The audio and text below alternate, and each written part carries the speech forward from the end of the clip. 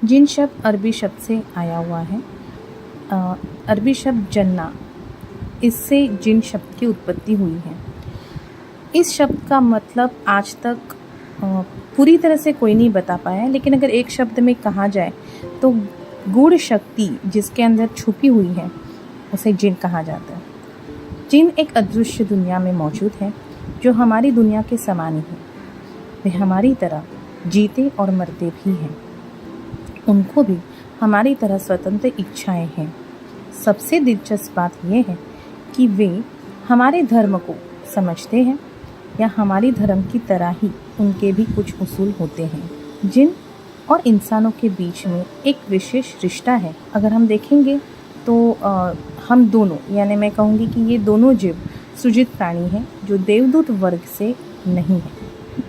हालांकि इंसानों और जिन्नों में देवदूत या शैतानी गुण हो सकते हैं, लेकिन हम एक आध्यात्मिक स्तर पे इसका कोई भी कनेक्शन नहीं दे सकते। जिन आदम के से लगभग 2000 वर्ष पहले पृथ्वी पर रहते थे। इस 2000 वर्षों के दौरान उन्होंने एक दूसरे से युद्ध किया और न केवल पृथ्वी बल्कि स्वयं को भी भारी विनाश पहुंचाया।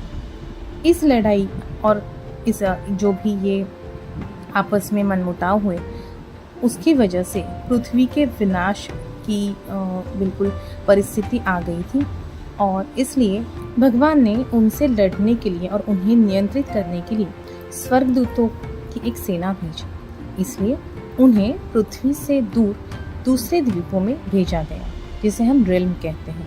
इसलिए कहा जाता है कि इंसान एक अलग रेल्म में है और जो जिन हैं या ऐसी शक्तियाँ अलग रेल्म में वास करती हैं। इंसानों की तरह ही जिन्नों के भी विभिन्न लिंग होते हैं।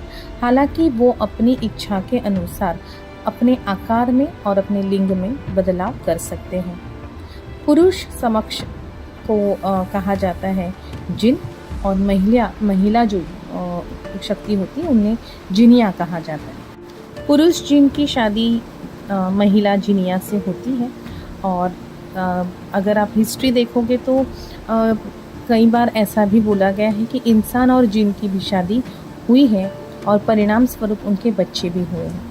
इंसानों की तरह जिन भी मरते हैं और वो कितने समय तक जीवित रहते हैं इसके बारे में स्पष्ट कोई भी कहीं भी लिखा नहीं गया है, इसलिए उनके आयु के बारे में यहाँ हम कुछ भी कह नहीं सकते। जिन कई मायनों में इंसानों की तरह है और उनका जीवन काल कह सकते हैं कि हमसे भी कहीं अधिक है।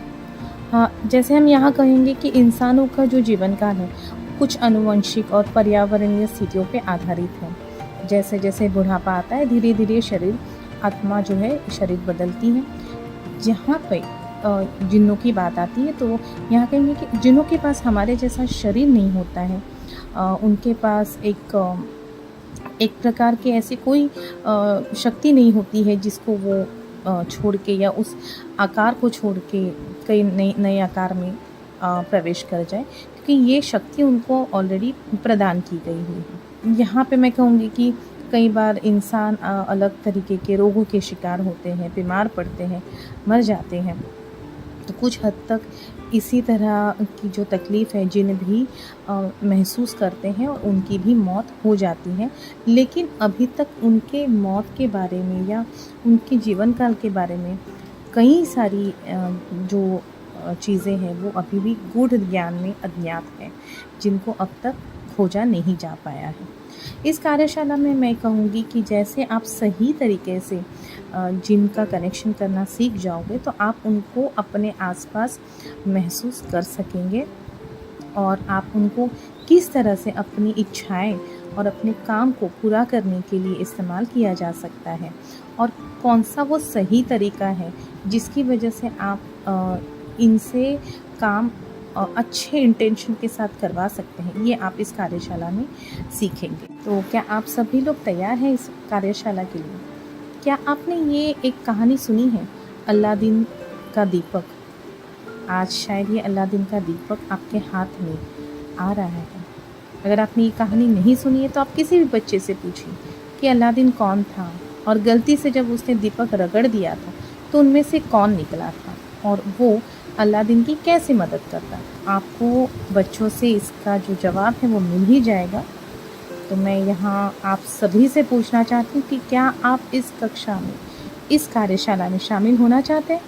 अगर आप शामिल होना चाहते हैं तो स्क्रीन पे लिखे हुए नंबर पर संदेश भेजें।